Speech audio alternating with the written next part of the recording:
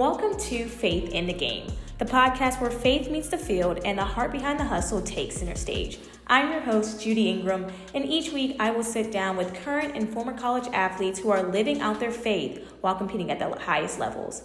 We'll talk about their journeys on and off the field, their testimonies, trials, and how Christ shapes who they are as student athletes. Let's get into today's conversation and see how God is moving through faith in the game. In this fifth episode of Faith in the Game, I'm joined by Ella McGalliard, a recent Quinnipiac graduate and former member of the softball team. Ella opens up about her journey with Christ as she navigated the demands of Division I athletics and the culture shock of transitioning from a small town to college life. She also reflects on life after graduation and what it means to trust God with her future, even when the next steps aren't fully clear.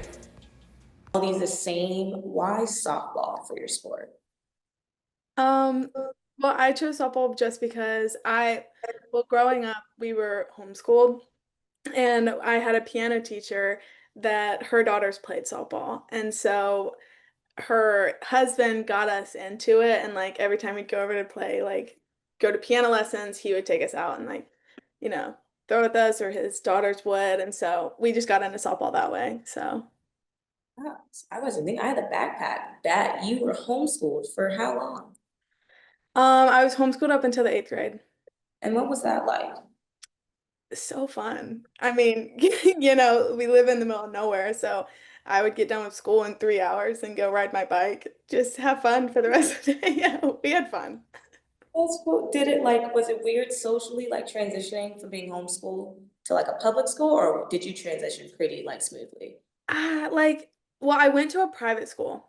Okay. And so it was like there weren't a whole lot of people there. And since I live in a small town, I knew most of the people that I was going to school with through softball or through like the community or something like that. Like I knew of most of the people, so it wasn't like terrible, but there were still like parts of it that I was like I had to get used to. So. Okay. Were you at a young age where you knew you wanted to play softball at like a higher level, or what did that like occur later? Yeah, I always wanted to play softball. There was no other sport. I tried track in high school. That was the worst decision of my life. I was never made to do that. But yeah, no, I've always wanted to play softball since I was a little girl. So, What were you running in track? girl. I ran the 400, um, Ooh. the 100, the 4x1, and the 4x4. Oh, you're doing it all. Oh my gosh. Well, at a like a small private school, like we didn't have enough people to have like one person for everything, or like one person per event. We all just kind of filled in. And you just chose track just for the fun of it, or you thought like maybe was it It forced? was literally just for fun. It was literally just to have, not just have softball on my Letterman, like I could have something else. Because basketball was definitely not in the cards for me either. So Oh, that's the sport I played. It just wasn't for you. I am not coordinated in that aspect. But so that's really interesting because I know coordination is a really big thing for softball, but it is different skill sets. So different, yeah. Okay. So how I see you got into Quinnipiac, but you were a transfer. So what was it? You went to Winthrop. What was it like playing softball there? At Winthrop? Yeah. Winthrop was a little bit difficult for me. I came in just with I feel like a headspace that I wasn't, ever gonna succeed in. Like, I feel like I was humbled very early on at Winthrop, and then from there on, I didn't have a great relationship with my coach. Um, it didn't turn out very well there. So, I like there was a good experience. It was definitely a learning experience. It was a growing experience, but it was rough. It was not for the faint of heart, but yeah, it just wasn't for me. So after sophomore year, I knew I had to go. So So were you there for 2 years? yeah. How was the recruiting process when you got there from senior year and then going there in your freshman year? Um, you mean like Yeah, like recruiting, like how you when you could decide to commit there. so I committed to Winthrop when I was going into my junior year of high school. So I was very young, and at that point my travel ball coach was kind of pushing me to go ahead and commit because it was like you only have a certain amount of time. They give you a window to be able to commit or not. And he was pushing me to do it. And he was like, just do it, just do it. And I was like, okay, like we'll do it. Hope for the best. I found a good church in Rock Hill, and we thought it was all just going to be okay, but didn't work out. So I felt like I was so young when I committed that I didn't know what I was getting myself into. I didn't know what I was committing myself to. You know what I mean? So, because there were so many other opinions telling me what to do.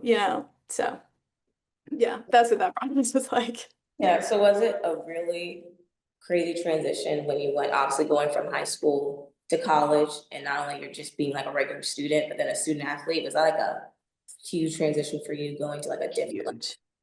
Yeah, it was huge. It was definitely, and coming from where I live and, like being so religious growing up and having those boundaries, having those rules and stuff like that, I feel like it was just such a crazy transition going to, a public university, where there are people that just do what they want, and those are the people that you're around most of the time. That was definitely a crazy transition coming into that. Definitely a culture shock, coming in and going and seeing that all day, every day. I feel like it would be a culture shock for anybody, but especially someone that, never really got out much, growing up. So. okay, love that. So it looks like you grew up religious. It was like your entire life. So what was that? Like Christian, Catholic, what, like how? Yeah, I'm Baptist, so Baptist, okay. yeah, yeah. Like growing up, Do what? what was it like growing up Baptist? Like, Um, it was okay. You know, I feel like I got kind of a childhood that was a little bit unique. My parents started a church that was very small. It was very small. There were like maybe 12 of us. And so yeah, they moved it from Roanoke Robbins, which is right under Macon in Georgia. We moved to Hawkinsville, which is like 30, 45 minutes south. There were no like churches that they could agree with there. And so they started their own church. And that ran my whole life. I grew up in that church until I was like 14. And then we finally closed that church down and went to a different independent Baptist church. And I mean, it was just, I don't know, like, I don't really know how to explain that. It was just all I ever knew. So very, like, we were homeschooled. We had that little church that my parents started. Um, Definitely, it was our own little world. Like, it was just us, me and my siblings. I have three older siblings, so it was just us. Like, it was just a world of our own. So, I love that. So when do you think in your faith journey where you officially accepted, like, this is me, Christ, not just because, oh, my parents are going or my siblings are going, but like, because you actually want to like build a relationship? I would honestly say college, Oh, okay. which is crazy. I feel like for a long time it was just we do it because, that's Yeah. what we're supposed to. But I feel like it wasn't until college, especially going to Quinnipiac, especially Quinnipiac, I kind of reached that point where I was like, I'm on my own, and I'm in a place where it's if you don't believe in Christ, you don't believe in Christ, and people will shout that from the rooftops.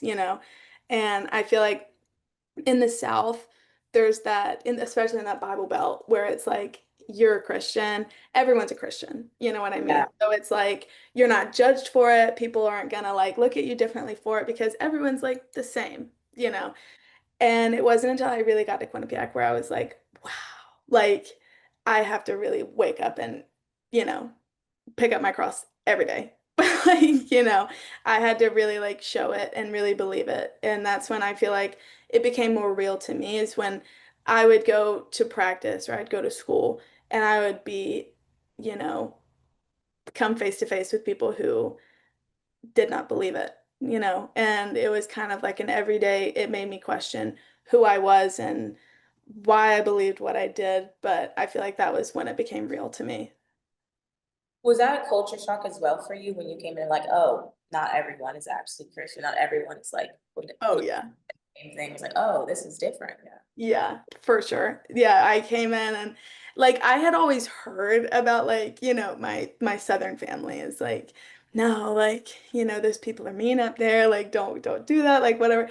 And I know like I believed it, but like I that wasn't really something that really like, I was like scared of, but yeah, when I got here and I saw the amount of people that were like against God, it was like, ooh, like that's crazy. Like I've never experienced anything like that ever. And one thing about like my experience in going up to Quinnipiac is there was a church that I found in Newington, Emmanuel Baptist Church. I went to that church and I have never been faced with so much just diversity in a church. It was just insane. It was beautiful. Like I will I will talk about this church till the day I die. I loved this church so much because for once I had gone into a church that wasn't like almost superficial. Like it was so real and it Mhm. was so like people would come in there and talk about their struggles. And then like in most of the churches that I've been to, it's like you don't we talk about how we have struggles, but we never like actually talk about it because there's so much almost like side-eyeing people. Like, you know what I mean? It's just Yeah. yeah, and I feel like going into that church, it hit me that like in places like Newington, Connecticut, people love the Lord because they like people are in church because they love the Lord and they're real. And if they don't believe in God, they don't believe in God and they're honest about it.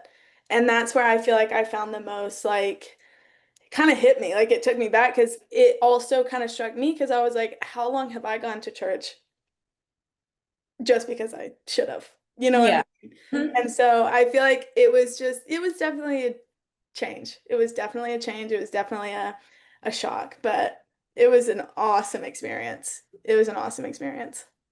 Like I can just agree fully because I'm from North Carolina Hmm. in the South, but everyone I knew was Christian. So then Yeah. I went, my undergrad, I went to New Jersey and I was like, wait a minute, everyone's not, we're not on the same thing here. We don't like No. not at all, not really. No, I'm like, oh gosh. I'm like, what? I'm like, was I just in a little bubble? My Yeah. like all I knew was church, all I knew was God. I'm like, oh, this is not everyone's pathway. So I feel like I can see how that can just so either it strengthens your faith 100% or it shows that you truly went in there and you just go the entire other side. But with the Mhm. church you went to in Connecticut, how did you find it? It's actually a crazy story. Me and my mom, I'm sorry, that's my brother. Um, Me and my mom went around in Connecticut. When I had gotten offered from this school, first of all, I had never been to Connecticut. I had never been above Virginia. So I was like, like, I'm in the transfer portal. I'm a little bit helpless right now, like a little bit desperate. And so I was like, okay, well, I got offered from the school. And mom was like, Connecticut? Yeah, like you're not going there. But she was like, if we can find you a good church, we'll go. Like, we'll go up there, we'll take a trip up there, whatever. And at this point, it's later on in the summer. So I have to like hurry up and like make this decision. And so we started just looking around on like Google Maps, looking around on anything. But all we could find was like churches that like Catholic churches where it's like I could go, but like, it's not really And so anyways, we went up there. We took a trip up there later on in the summer and we were just driving around. We found Emmanuel and we were like, Emmanuel Baptist, like it's about a 30-minute drive, like it's not that bad. We'll go look at it. And so we drove over there and we started talking to the associate pastor and he was like, "Where y'all from?" And I was like, "We're from like Macon area in Georgia." And he was like, "No way. Like we have another associate pastor that's from Macon. He went to church up in Macon and he was like the youth pastor, not the youth pastor, the children's church leader or whatever." And we were like, "That's crazy." He brought out this man and like I recognized him and I was like, "No way." The church that me and my sister started going to later on in high school was a church that he came from. And so we knew all the same people. Like it was just a crazy connection. The pastor of the church, Kerry Schmidt, he's actually huge in like the Baptist community. He's written so many books. He's just a big deal. Like he's the coolest dude ever. Like I love him. Um, he went to he went to college with my parents' pastor in Roanoke Rapids, Georgia. So there were just so many connections made. Yeah. It was beautiful. Like it was absolutely insane. And so I feel like we knew right then and there. It was like, yeah, like how Like can you not? if like God was not showing you any other signs, it was like right there telling you to your face, like, oh, you're Yeah. good. So what was it like entering the transfer portal and it's like still being at the school? Is there any like animosity or is it like, oh, you just gotta do what you gotta do from like teammates, coaches, or anything? Um, well, I I okay, sorry. Our season went past when school ended. So when I had my exit meeting, it was done. Like I had my exit meeting and I knew I wasn't coming back. I saw my other people, my other teammates who they had actually been pushing for me to leave. They were like, "You need to go." Like because of the relationship that me and my coach had, she was not very good to me ever at all. And so they were like, you deserve more. Like, and I feel like that's the one thing that I did have at Winthrop where it was like I had teammates who supported me. And when it was time to go, they were like, you need to go. You need to find more. Don't come back and like hope that things change. So I did have that with my teammates who pushed me to have to be great, you know, and be better. And so after I left my exit meeting, I knew I wasn't coming back.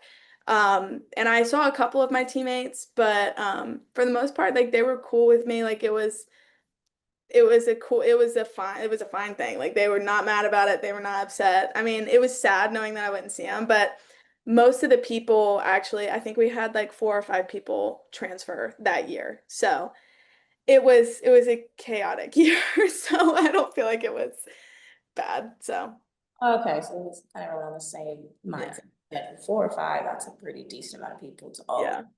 once. That kind of tells you. Okay, so obviously program and coaching was not great where you were. How was that different from Quinnipiac in the 2 years you were there? Um, I feel like it was so awesome coming into a school where it was like a fresh start. Um, and immediately, like, I feel like Coach Hill saw something in me that at that point I did not see in myself. Um, she was very accepting and she was just loving. She was harsh. I mean, what coach isn't? But she was fun. And I feel like she saw that I had almost lost the love of the game. And because of what I had been through at Winthrop, um, and I just didn't want to end my career at Winthrop. You know, I was so close to just quitting softball. And if it wasn't for Quinnipiac, I would have. And so I feel like her finding me, and even once I got here or got to Quinnipiac, she just kind of welcomed me with open arms. And she, you know, taught me how to love the game again. And she taught me how to appreciate myself and to take it easy on myself, you know, when say I wasn't having a good day or I wasn't having a good week, like she taught me to how to breathe, how to let things go, and how to not beat myself up, which I had been so um bad at doing before. I had done that a lot, especially at Winthrop. And so I feel like her and Coach Mandy both. Coach Mandy is a strong Christian, and this past year we started the FCA and or like started making it a little bit bigger. I ran the social media for the FCA, which was super awesome. But yeah, it was a great experience knowing that like I had that almost kindred spirit with especially Coach Mandy. It was really awesome to be able to come into that and have that relationship, that deeper bond with a coach. I find that so awesome because I didn't have that at Winthrop either. So Oh, you didn't have no, okay. yeah. Which was did your faith strengthen or weaken when you were at Winthrop in those 2 years? I feel like it just kind of plateaued. I think, of anything. I was I was on the leadership group with the FCA at Winthrop that ran like a good 40 people. Like we had a lot of people every week, like consistently about 40. And I was on the leadership like group for that, but it was like again, it was like I had to perform, Yeah. and I couldn't be real. There was at one point she told me, our leader told me to pick out the music for that week, and she like picked it out.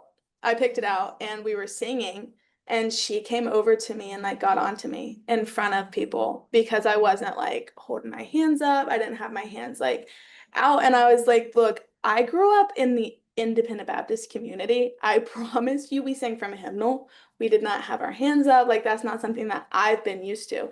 And she was like, "Well, clearly you're not feeling the spirit."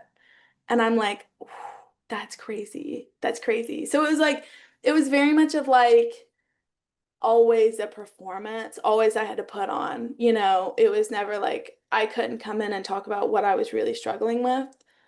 It was like, well, this week I spread the gospel, you know, Everything. and it was like, whatever. It was never nothing. I felt like nothing ever was like super real because there were some things that I really struggled with, especially at Winthrop. I was having such a hard time with my coach, with my team. And it was like I feel like it just kind of plateaued. I felt like I was just numb. I feel like I didn't really grow in any aspect of my life. I just kind of stayed the same. So it was like I feel like I didn't really grow until I got to Quinnipiac, which is crazy. And during the transfer portal, definitely, I put my faith in God and I said, if I'm meant to play softball, seriously, please bring me something. Like, please. And so, I feel like that my faith definitely strengthened during that time, but yeah, not at Winthrop. Yeah, but it looks like it was just the whole like happy-go-lucky Christian that everyone expects. Yeah, the fake, yeah. Yeah, the fake Christian of, oh, everything's rainbows, lollipops, we're good. Mhm. You gotta be dramatic in everything you do, and it's like just kind of unfortunate for those who like start and they think, oh, everything's perfect, you don't have problems, everything's good. You just spread the gospel. That's it's like Yeah. Well, that's what's wild is that she even, um, she went to Elevation, the one in Charlotte. That oh, was her like every Sunday morning church. And I was like, listen, okay. Like, that. me, I love like, it makes sense. Like, it's great. Like, it's so good for like every now and then going, get your spirits up. I mean, really, like the music, the preaching, everything is just, it's not for me. It's not for me. I'd rather just go have a calm Sunday morning with people that I know, a community of believers, not people that are like, I'm going to Elevation so I can post it on my Instagram story.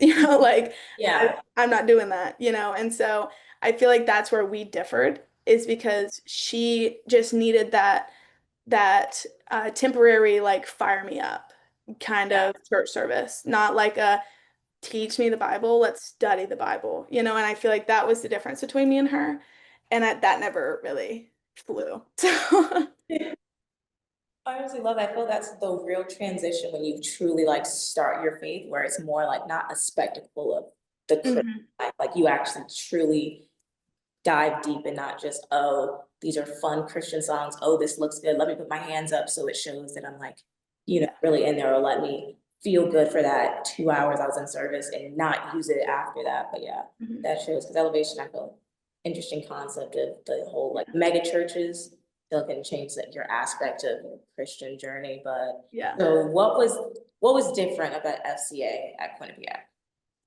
Um, well, first of all, the leaders. So the leader at Winthrop, she didn't have a part in Winthrop at all. She was actually on the board at like the Y in Rock Hill. And she wanted to start that community at Winthrop. And so it wasn't like she wasn't a coach, she wasn't anything. Like she was solely the FCA leader. And so the difference at Quinnipiac is just like, first of all, like I said about the church, that I found in Connecticut, they wanted to be there. They wanted to be there because they wanted to serve God and they wanted to worship the Lord, and like they wanted that community of believers. It's different in the South. It's different, even most places. And I feel like that same thing went on kind of at Quinnipiac.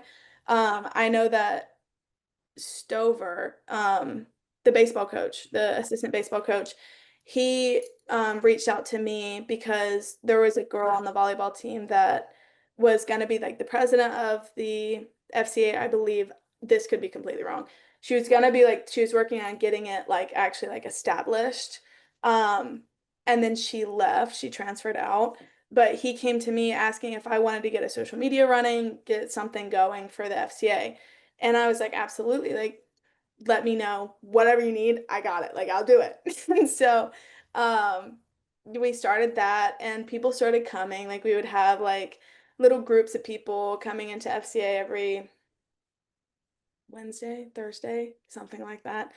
And yeah, I mean, it was just like a small community of believers. And let me tell you, some of like there were so many baseball players. It was always the majority of baseball players in there. Like Quinnipiac University baseball, you know, and it's like, whoa, like what are you doing here? But no, like they came in there and I mean, they would sit there and just talk about what they were struggling with and talk about things that I was taken back at. Like it was just absolutely crazy stuff because it was like I wasn't used to that. I wasn't used to that, especially in like a student-led, student-ran thing where students are talking to each other about things that they struggle with. And I mean, I listen to some of those the basketball players and volleyball players and even the baseball players that would share things that it was like, wow.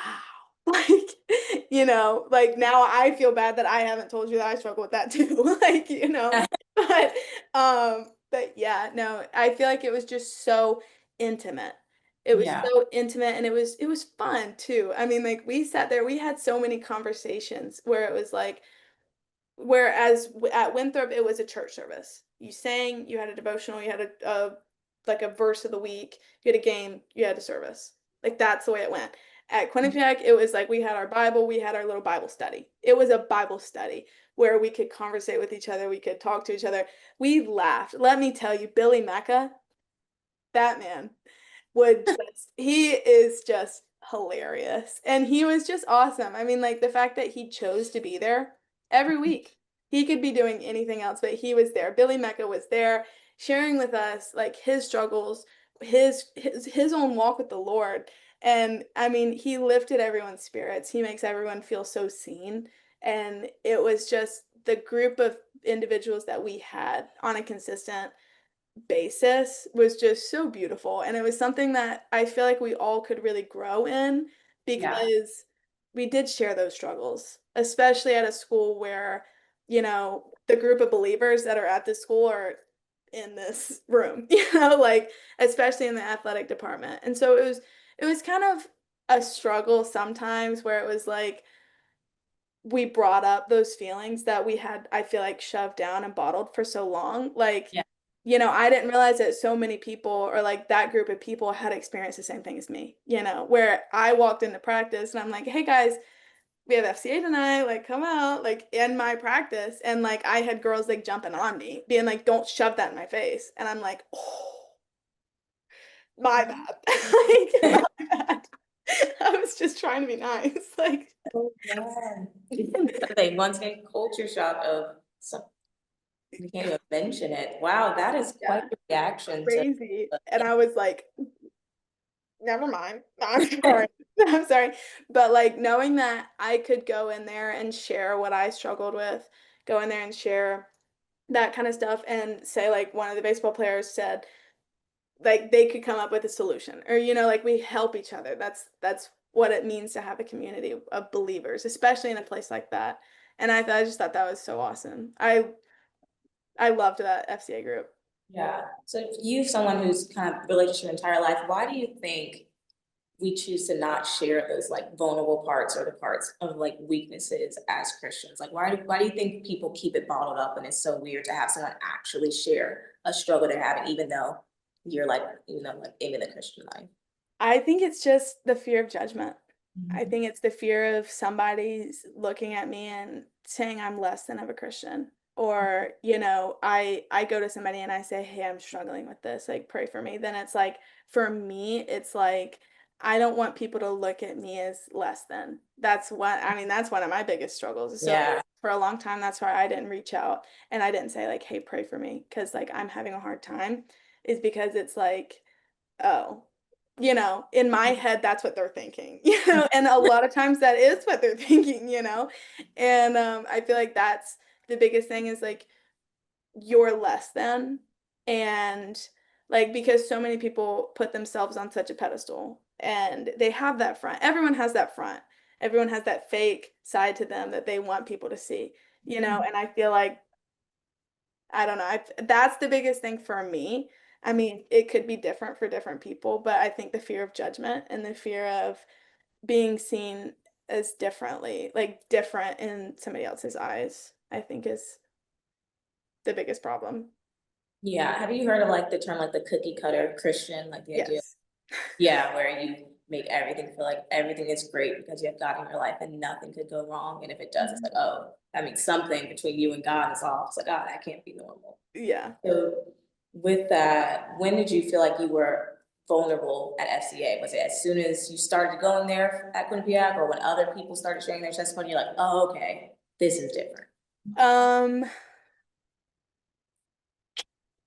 I would say I started feeling like almost in that comfortable like place where I knew that I could be vulnerable. I would honestly go to say when AK started going to FCA. When he came up in there, he has such a way about himself that he makes everyone feel so awesome about themselves. Like he's so good at that. He's such a loving Christian and he's somebody that like honestly I look up to as like someone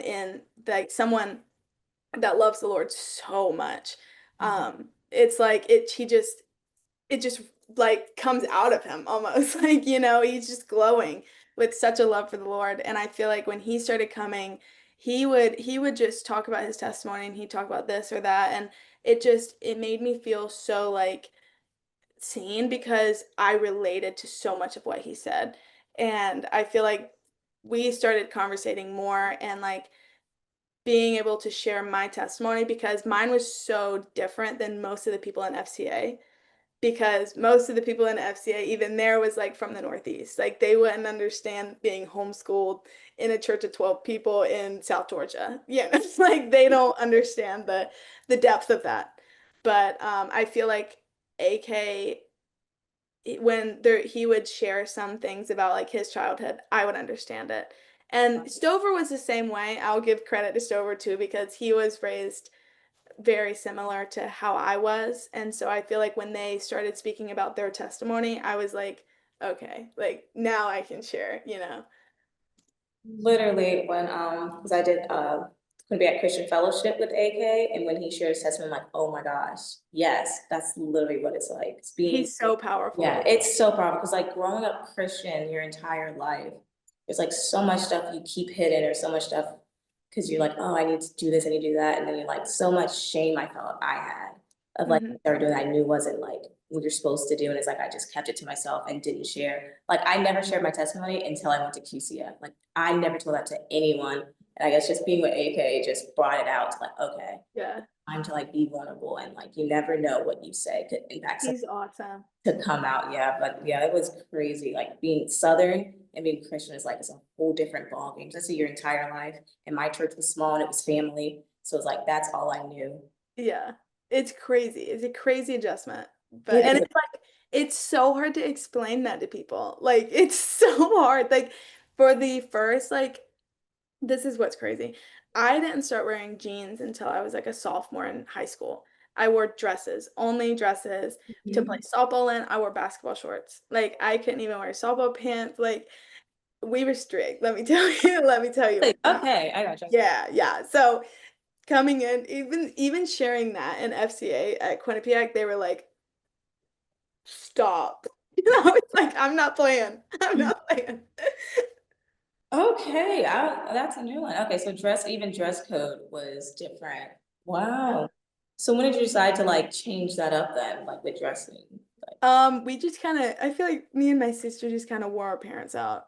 They got sick of fighting that fight, and they were like, whatever.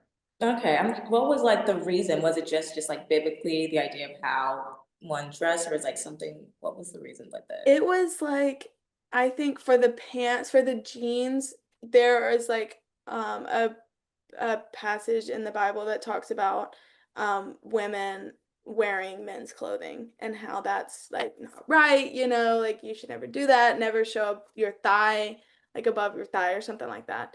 And I feel like that was the main reason for the Uh, pants. Um, as if basketball shorts, weren't. Like that's still a conversation that I bring up to my mom and she's like, I don't know. I don't know why we did that. I don't know. So it's like, they don't really know, but here we are. I got to wear pants, so all is well. little things. Okay, now hearing that how strict it was. Okay, now I really feel like I can understand the culture shock you definitely would have had when you left. If that's like how strict it was, yeah, like Yeah. Yeah, it was crazy. especially at college, people who Oof. are far away, it's like, oh yeah, that's so. Yeah. Oh yeah, that must be Crazy. for you. I should write a book, really. You should. Oh my God, because what do you have any other like really things that you think about like, oh my gosh, this was crazy what I was doing versus now, like any other shit. Dude, there are so many things that like it's like it just like pops in your head. Like it's like a deep memory that like I get reminded of and I'm like, dude, that was crazy. Like I can't believe that there were some things that like we did. Like there was like there's just the dress code of all of it, I think was the biggest thing. Um where like I'll think back to like an event that I went to and what I wore and I just want to throw up. Like I my senior year of high school, we went to this youth congress, which was like a camp in Tennessee. Girl, we went to Dollywood for a day and we had to wear matching shirts that said Jesus is and had like the bread and the fish on it. But it was a bread made into a fish. So it was like weird. Yeah, I thought, yeah. And then there was like a Bible verse on the back, and we had to wear those matching shirts. And so I was like, okay, well, like, we had to wear basketball shorts. We had to wear shorts that covered our knee at any camp that we went to.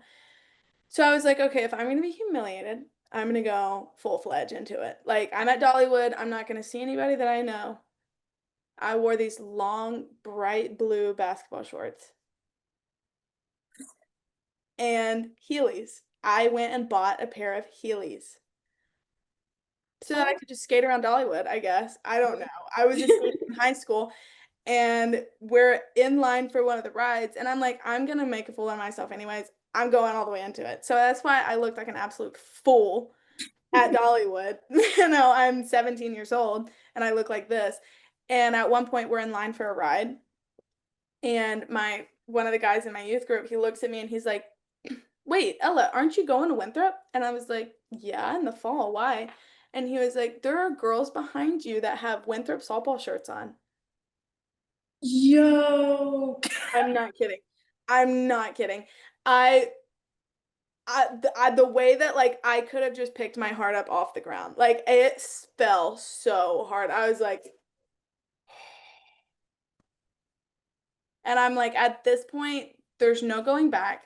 Like, I have to say something to him because I can't let everyone know that I'm embarrassed of what I look like now. So I turn around and I start talking to them. And they're talking to me about Winthrop, and I'm like, oh my gosh, I'm going there in the fall. I know they're looking me head to toe right now, and they're like, this freak. And at one point, the girl looks at me and she goes, girl, are you wearing Heelys? I was like, I am. I am. I am.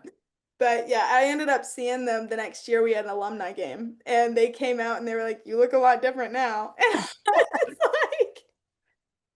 I was like, "Yeah, got to give you a little context." That, wow. Crazy. I was gonna ask him like you had to have seen them again And I'm sure you guys had this conversation about. Yeah, the conversation the next year, that was probably one of the funniest conversations I've ever been a part of. That was hilarious, them talking about that. They clowned me, as they should. They clowned me, but it was just so funny. That is, yeah. So yeah, the culture shock must be crazy if that's the thing you were having and then seeing. So when you went to Winthrop, were people looking at you weird, or was your attire already changed by the time you It went? had already changed. Like I started wearing jeans and started wearing softball pants earlier on. Like jeans was in sophomore year of high school, and I started wearing softball pants coming into ninth grade.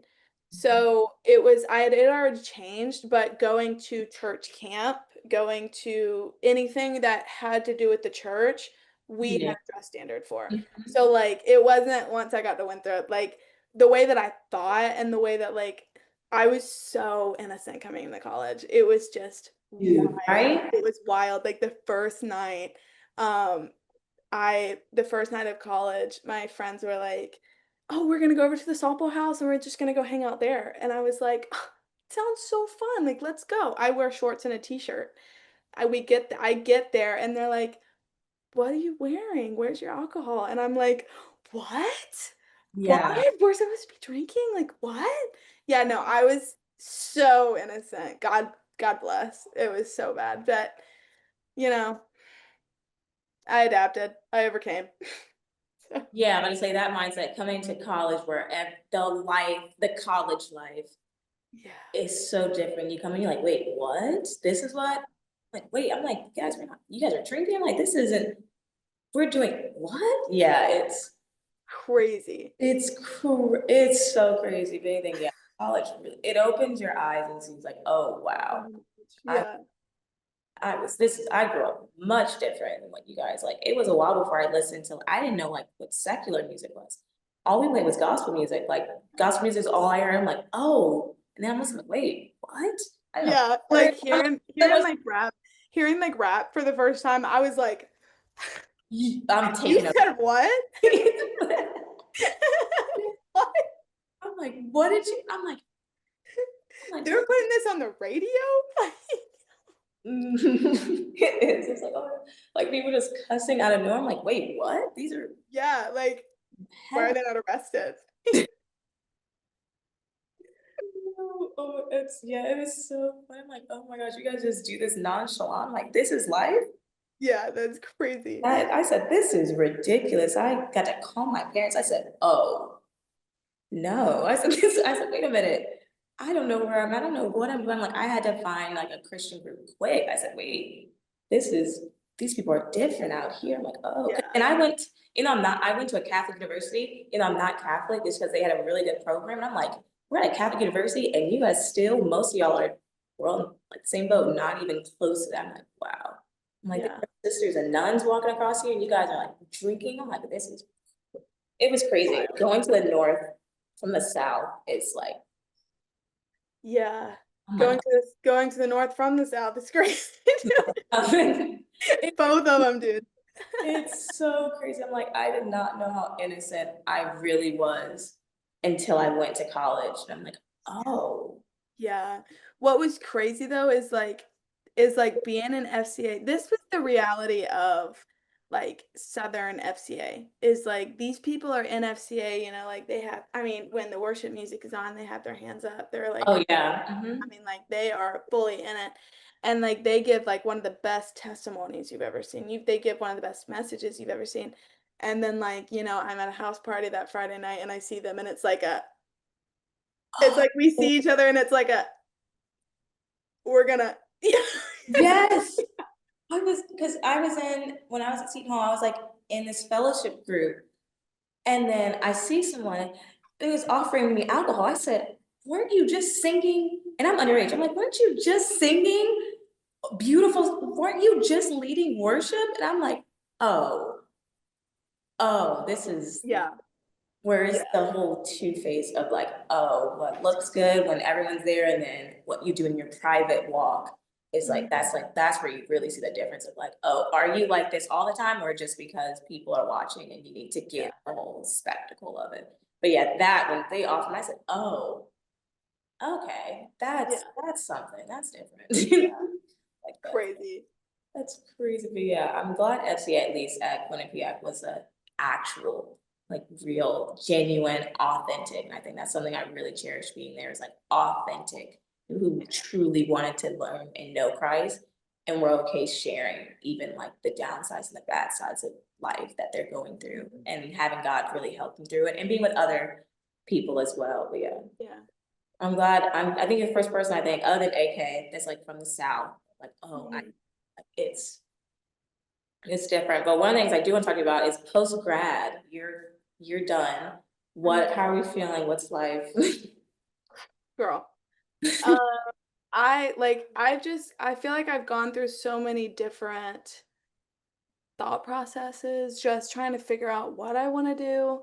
Um, I graduated with a journalism degree, and I live in the middle of nowhere in Georgia. Like, my family's here. I have a big family, huge family. And it's like, I don't want to leave like my little kiddos, my nieces and nephews. Like, I feel like I've missed so much of their life that like I'm just trying to like soak it all in now, like all the time that like we missed. And I feel like I'm just trying to figure it out. I feel like God is putting me in a time of waiting, a time Yeah, of just teaching me patience, like wait on him. Um, some things I have gotten so many like different ideas of just what I want to do. I want to open a coffee shop. I want to write for the paper. I want to be on TV. Like I want to do this. I want to do that. And it's like God is like, stop. like it's chill. Yeah, Stop it. You need to calm down. Like, and I'm, you know. Um, but yeah, I feel like right now I'm in a point where it's like if I'm not in the word every day, it's like I get just sad. I get so like, almost like the post grad blues where it's like, what am I gonna do for the rest of my life? Like I'm broke. I just came out of college. It's like I need to figure out something. And God is like, no, you don't. He's placed me in somewhere where like a stable job. I'm a sales rep right now at actually my parents' company. Um, so I'm their sales rep and working their social media, working stuff like that, where it's like a stable income and getting me up on my feet, and then I can figure it out from there. And like I know the owner of the newspaper here in town, and I'm talking with him about, doing a column, doing something to like just get some stories out, get some work done. So I feel like right now it's like God is just telling me to wait. God is just telling me to wait on him, get some money, get up under my feet, and then we'll see from there. So yeah. Like something everyone hates hearing is wait. yeah. Weight and trust is like, oh, but you want to feel like, no, God, I have this, I want to do this, I have this plan, I have this plan. It's like, wait, like, what do you mean? It's like, yeah, Mhm. no control, like, wait, being in that, Yeah. I hate not being in control. I Mhm. hate it. Yeah, hardest thing, letting it go. It's like, but I don't know what if, it's like, that's true trust there. But what was it like softball done? Like, how does it feel like your whole life? It's this. Man, that was crazy. I mean, I started playing softball when I was like 5.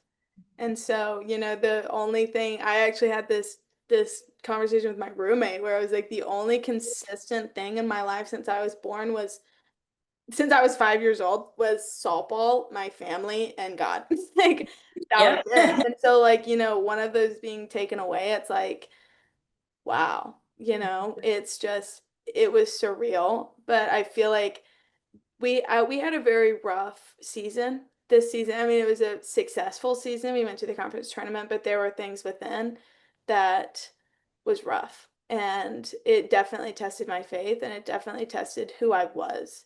And I had a community that was also going through the same thing. And we could kind of lean on each other, but I feel like by the end of it, I was so emotionally and mentally exhausted that it didn't hit me until like a couple weeks later, where it hit me where I was like, I'll never put on a pair of softball pants again, like that's when it kind of hit me was like weeks later and I processed it then.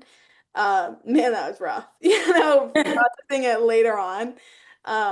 Yeah, it was rough, but I've already signed up for slow pitch league. So I'm already back in it. So Yeah, but I say couldn't go too long, huh? Yeah. no, yeah. But yeah, no, it was crazy, but like again, God is like, stop. It's got to end at some point. Yeah. One of the biggest things or themes I feel I've seen heard a lot in conversation when it comes to like being like a Christian student athlete is not having like your identity in your sport, or it's like you having your identity in Christ, not in your sport. Was there a time where it's like you officially felt like, okay, I'm not just a softball player, like I'm a child of God first? Um, yeah, I would definitely say so. I feel like for a while I kind of had that crash out in the transfer portal where I was like, oh my word, like I might never play softball again. Like, when it almost like I wasn't finished, like I wasn't done. I wasn't ready to be done, but like for a while there were no schools reaching out to me. And I had almost accepted it that like I was done and like I was no longer a softball player. I was no longer an athlete. And I feel like if I didn't have that then, if I didn't have that acceptance then, I feel like graduating, being done would have been so bad. Mhm. So bad. But like I feel like especially going through FCA because there was actually a baseball player in FCA that I remember having a long conversation with about separating like my exact identity from like softball or like my sport, and how the importance of that because so many things if you attach those things then it's detrimental because like softball, baseball, it's a game of failure, and like I feel like we're already failures as Christians sometimes, so Yeah. like, I didn't really need to add on that I struck out 3 times today. Like, so I feel like a lot of that is like separating the fact that like you do bad on the field or you have a bad day, separating that is so healthy and so good for you. Being able to just say, had a bad day, but I really don't care. Like it's really fine. That's not who I am. That's not, I graduated and I didn't even hit 200 batting average. Like that's awful. Like, I ended my senior year on that and I'm like, yeah, you know, what are you Yeah. gonna do? So it's like I feel like that's the biggest thing. And I actually patted myself on the back because when I showed up to the first practice of my summer like slow pitch league, like I didn't tell them that I was a softball player. I didn't tell them that I was an athlete. Like they were just like, wow, like you're really good. And I was like, oh, thanks. Like I played for a couple years. Like, so Yeah, I'm like, just I'm feel not around a little bit. yeah, casual like 4 years of Division 1 softball. Like so like yeah, like I didn't feel the need, like I didn't want to tell them that. Like, like I'm humbled enough by my batting average this past year. Nobody needs to know about that. But no, I feel like I don't know. I feel like I accepted it a long time ago. So I feel like also trying to just seeking after God every day for Yeah. that. He gives you enough closure and he gives you enough, value in yourself that like you don't need to kind of remember all of that.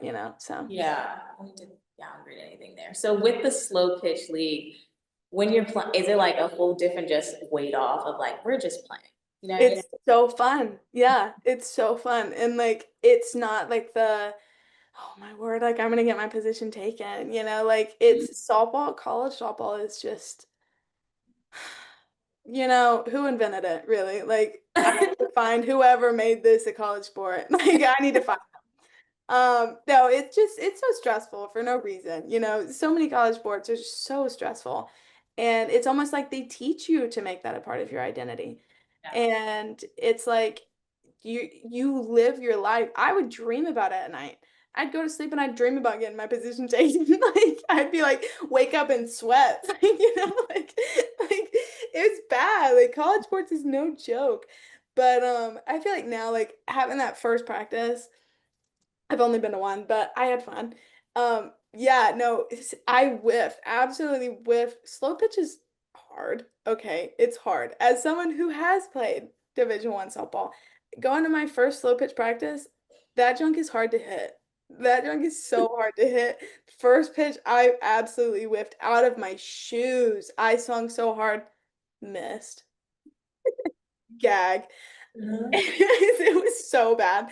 But like I had gotten to the point where I was like, it's fun, you know? Like I'm not gonna sit here and act like embarrassed because like what good is that gonna do? You know? So no, it's just fun. Like it's definitely different, but it gives me the closure to softball I feel like I need. So Yeah, because I cannot imagine the stressful life of being a college athlete of like every day. It's like you never know. It's like you have to make it everything. If not, spot taken, you're off the team. It's like that has to be like a, and then you also have to perform well. It's like you gotta do all, yeah. you gotta be a student.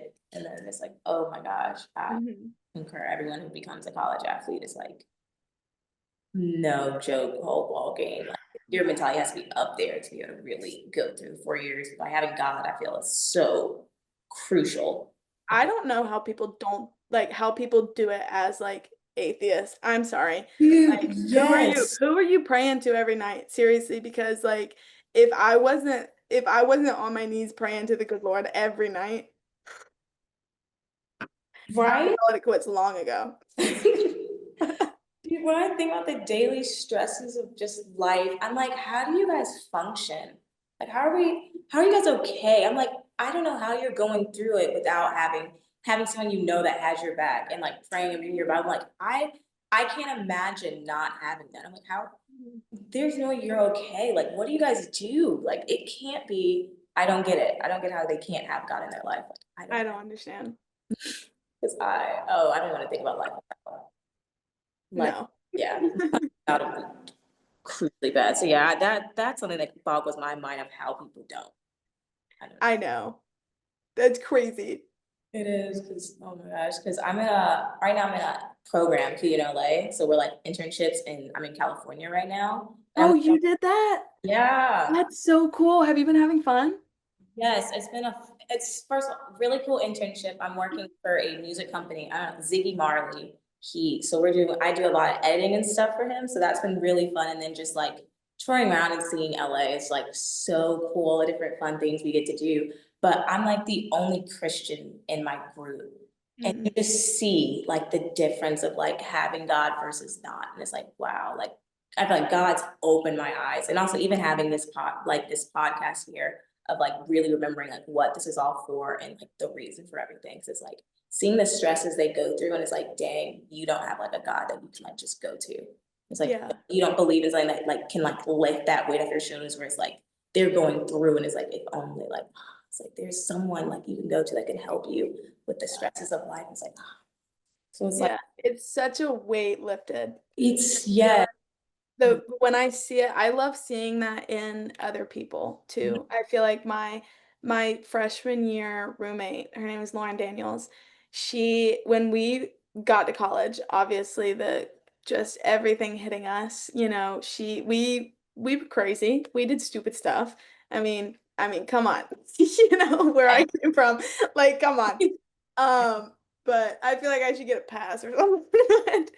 Um, no, I she we just had a crazy experience at Winthrop, but she got out of Winthrop. She left after freshman year, and I just remember watching her just her life just got absolutely transformed. And seeing the Lord do that in her life was just beautiful. I mean, it almost brings tears to my eyes just like thinking about because just who she is now. She's such a beautiful soul, and it's just like crazy to me that who she is and now compared to who she was then. Like it's same Danny, it's same Lauren Daniels, but like God is in her and she knows it and she's loved and she feels loved from the Lord, and I just feel like that is just so beautiful. It's so It amazing.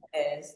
That's why I've been loving these conversations with you and all like the athletes I've been able to talk to. Is like you see it. It's like that. That's what it is. Like, oh my gosh, there's something different. And hearing all you guys' testimonies and like really deeping how God's like working in your life is like this is beautiful to see. I feel like this is why God like put this to like really see it in other people's life and like the transformation he has. Like, it's like nothing that can compare to like seeing God transform. Yeah. It's like, oh, it's amazing. Yeah. No, it's awesome. It is. Okay.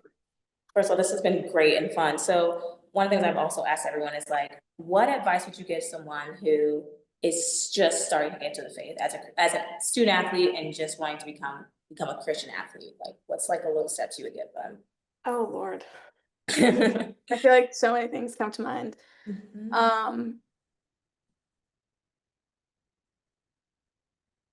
Stay close to God, even when it's difficult. Like, even when you don't want to, even when you don't have the time. People say, like, I don't have time to do this, I don't have time to do that. Like, it takes nothing to just read a chapter or two a day out of the Bible. And for me, what kept me going was James. James is the most beautiful book of the Bible. I love it. It brings tears to my eyes. I love that book so much. And I feel like it teaches you how to be just a pure-hearted, like Christ loving, Christ following Christian, and someone who, isn't shoving Christianity in others' face, isn't saying like, I'm doing the Lord's work by telling you you're going to hell. I feel like so many Christians believe that that's the way to go. Yeah. But I feel like that just being a genuine person, being kind, because above all, the way that you treat people speaks the loudest.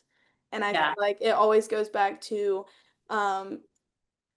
when Jesus was being tested, he said, if you ignore all of my other rules, if you ignore everything else, love your neighbor as yourself and love the Lord.